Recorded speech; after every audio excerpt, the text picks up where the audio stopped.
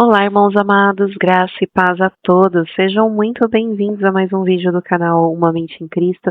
E hoje, para a honra e glória do nosso Pai, faremos a leitura do 301º dia, seguindo com Jeremias, capítulo 51, versículo 54, ao 52, versículo 34. Tito, capítulo 3, versículo 1 ao 15, Salmos 100, versículos 1 ao 5 e Provérbios, capítulo 26, versículos 18 e 19. Amados, antes de iniciarmos a leitura, vamos agradecer ao nosso Pai e pedir a direção para o estudo? Pai amado, graças te damos por tudo.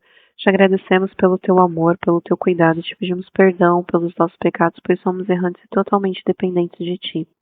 Te pedimos que o Espírito Santo de Deus nos dê a direção nessa leitura e que nós tenhamos o entendimento da tua palavra de acordo com a tua vontade. Que assim seja, em nome do Senhor Jesus Cristo. Amém. Jeremias, capítulo 51, versículo 54 ao 52, versículo 34.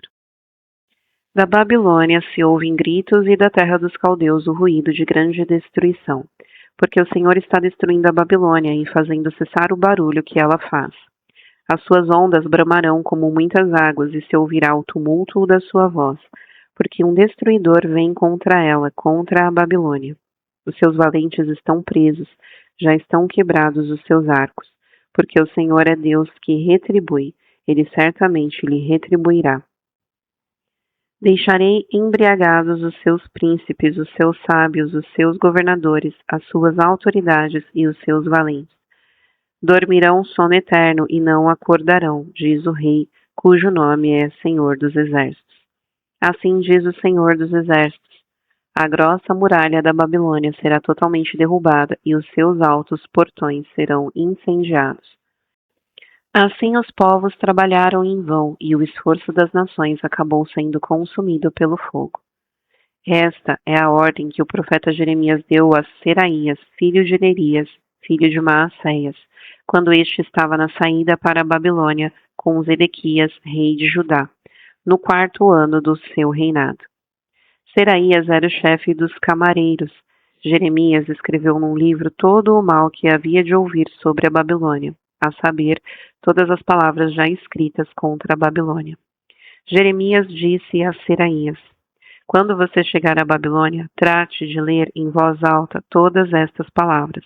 Depois diga: ó Senhor, tu falaste a respeito deste lugar, que os exterminarias, a fim de que nada fique nele, nem pessoa, nem animal, e que se tornaria em desolação perpétua. Quando você acabar de ler o livro, amarre-o numa pedra e jogue-o no meio do Eufrates. Então diga: assim será afundada a Babilônia, e não se levantará por causa do mal que hei de trazer sobre ela, e os seus moradores sucumbirão. Até aqui as palavras de Jeremias. Zedequias tinha 21 anos de idade quando começou a reinar e reinou 11 anos em Jerusalém. A irmã dele se chamava Amutal e era filha de Jeremias de Líbna.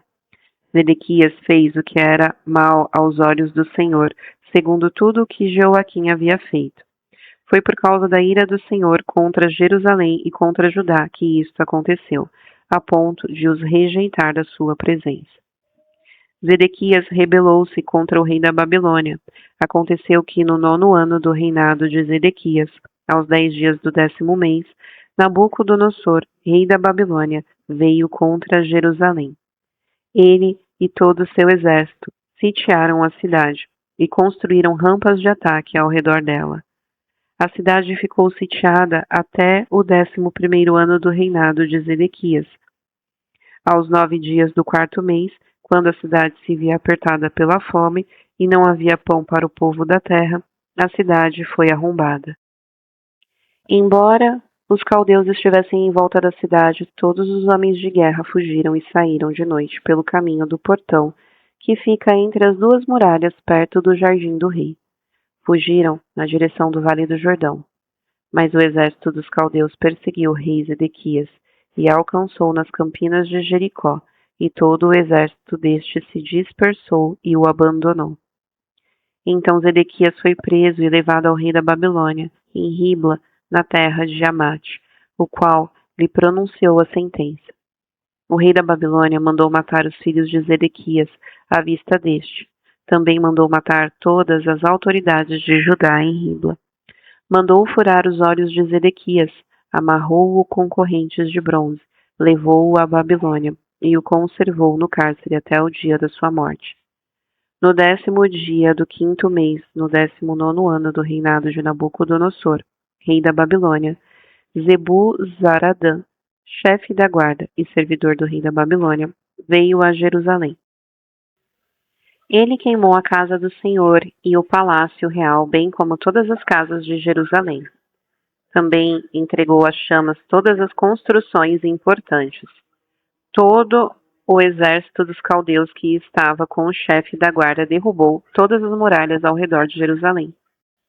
Nebuzaradã, o chefe da guarda, levou cativos os mais pobres do povo, o resto do povo que havia ficado na cidade, os desertores que se entregaram ao rei da Babilônia e o restante da população. Porém, Nebuzaradã, o chefe da guarda, deixou alguns dos mais pobres da terra para serem vinhateiros e lavradores. Os caldeus cortaram em pedaços as colunas de bronze que estavam na casa do Senhor, bem como os suportes e o mar de bronze que estavam na casa do Senhor. E levaram todo o bronze da Babilônia para a Babilônia. Levaram também as panelas, as pás, os apagadores, as bacias, os recipientes de incenso e todos os utensílios de bronze com que se ministrava. O chefe da guarda levou também os copos, os braseiros, as bacias, as panelas, os candelabros, os recipientes de incenso e as taças, tudo o que fosse de ouro ou de prata. Quanto às 2 colunas, ao mar de bronze e aos 12 touros de bronze que o sustentavam, e que Salomão havia feito para a casa do Senhor, o peso do bronze de todos esses utensílios era incalculável. Quanto às colunas, a altura de uma era de 8 metros, e um cordão de 5 metros e 35 a cercava.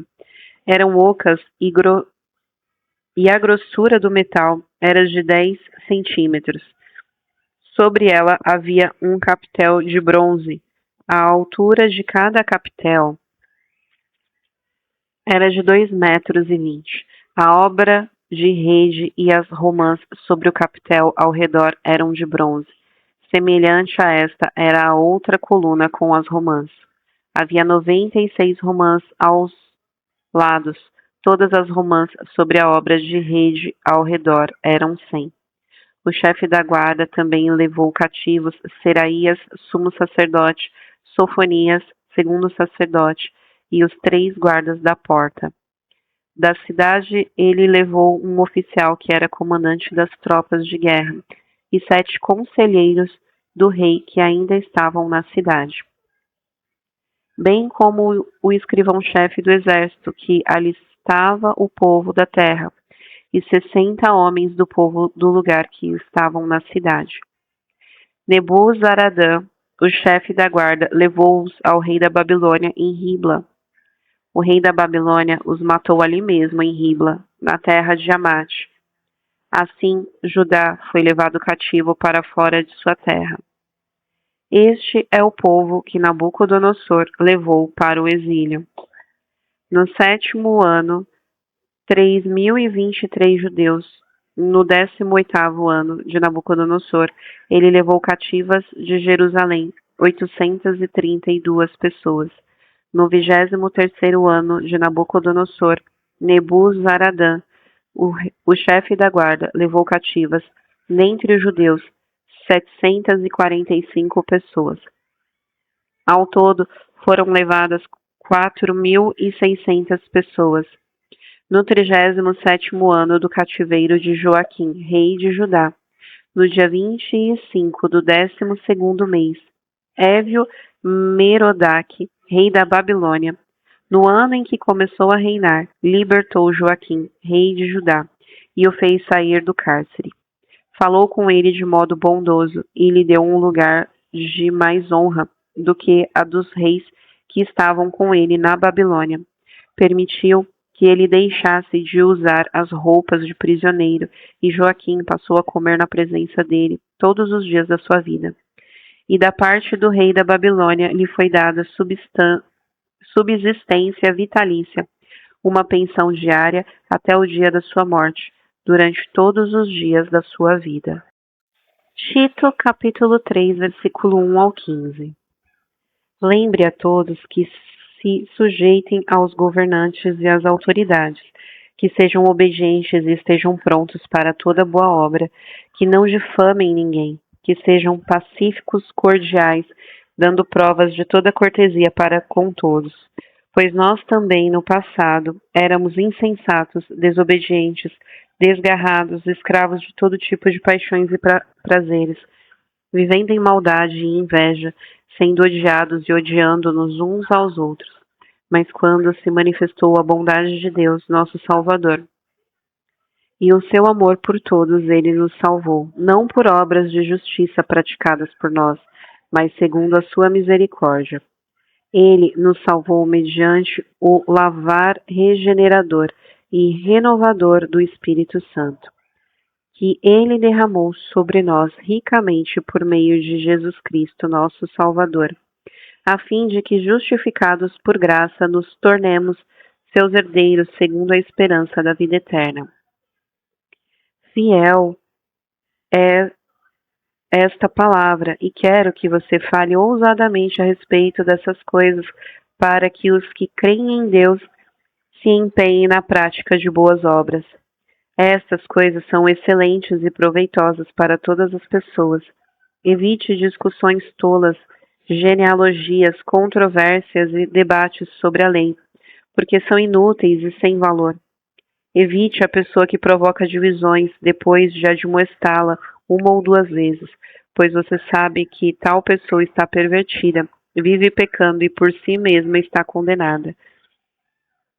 Quando eu lhe enviar Ártemas ou Tíquico, faça o possível para vir ao meu encontro em Nicópolis. Estou resolvido a passar o inverno ali. Ajude da melhor maneira possível Zenas, o intérprete da lei, e também Apolo, para que não lhes falte nada para a viagem. E quanto aos nossos, que aprendam também a se empenhar na prática de boas obras a favor dos necessitados, para não se tornarem infrutíferos. Todos os que estão comigo mandam saudações a você. Dê saudações àqueles que nos amam na fé. A graça esteja com todos vocês. Salmo 100, versículo 1 ao 5. Salmo de ações de graça. Celebrem com júbilo ao Senhor todas as terras. Sirvam ao Senhor com alegria. Apresentem-se diante dele com cântico. Saibam que o Senhor é Deus. Foi ele quem nos fez, e dele somos. Somos o seu povo e rebanho do seu pastoreio. Entrem por suas portas com ações de graça e nos seus átrios com hinos de louvor. Rendam-lhe graças e bendigam o seu nome, porque o Senhor é bom e a sua misericórdia dura para sempre, e de geração em geração a sua fidelidade. Provérbios capítulo 26, versículos 18 e 19. Como o louco que lança fogo, flechas e morte, assim é aquele que engana o seu próximo e diz: fiz isso por brincadeira.